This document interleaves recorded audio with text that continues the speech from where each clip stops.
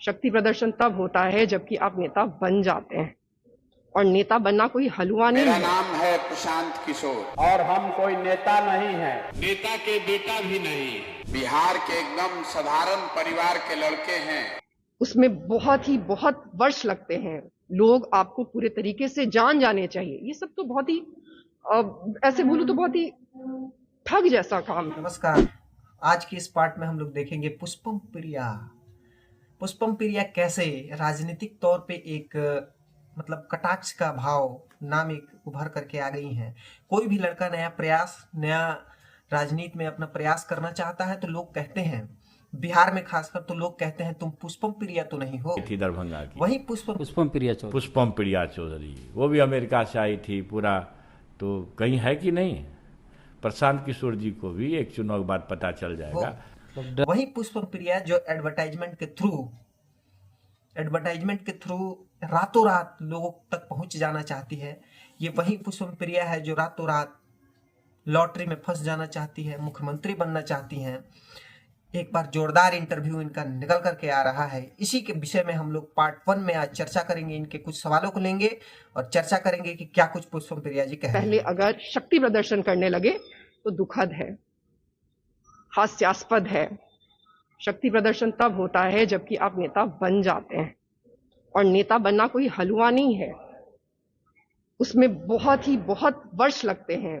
लोग आपको पूरे तरीके से जान जाने चाहिए। ये सब तो बहुत ही ऐसे बोलूं तो बहुत ही ठग जैसा काम है कि चुनाव भी नहीं लड़े। शायद मुझसे लोग कहा करते थे 2020 में, और बात सही भी थी, 2 ही महीने हुए थे, लोग नहीं जानते हैं। सबसे पहले तो आपको बता दें कि लोग इनको नहीं जान पाए हैं, तभी तो ये गांव-गांव में जा रहे हैं, रातों रात पेपर में छप के और लोगों तक पहुंचने का प्रयास नहीं कर रहे हैं। इसलिए तो ये गांव-गांव जा रहे हैं, घूम रहे हैं, कह रहे हैं, धूल फाक रहे हैं, रात में वहीं सो रहे हैं। और एक बार 2 महीना आके चुनाव लड़के और खुद को सलेंडर नहीं बोले हैं। 2 सालों से लगातार बिहार के मैदान में, गांव में प्रयास कर रहे हैं। आपकी क्या सोच है उस पर बहस हो सकती है, बट कुछ आदर्श होने चाहिए। भले ही वो नफरत का आदर्श हो, बट कुछ तो आदर्श होने चाहिए। ये आदर्श विहीन राजनीति बिहार के लिए डेंजरस है। बिना आदर्श के राजनीति नहीं किया जा सकता है। तो प्रशांत किशोर का आदर्श है महात्मा गांधी, तो क्या महात्मा गांधी गलत है? नहीं, मतलब आपका क्या आदर्श है ये बताइए। वो बात हटाइए, आपका क्या आदर्श है ये बताइए। और प्रशांत किशोर का यदि आदर्श महात्मा गांधी है तो क्या ये गलत है? हमारे बाद जो लोग आए हैं वो तो काफी नए हैं अभी, तो वो तीसरी धुरी कैसे बन गए हैं? कई सारे प्रशांत किशोर, बिल्कुल, हम तो उनसे पहले आए हैं। हमने उनसे ज्यादा सीटों पे चुनाव लड़े हैं।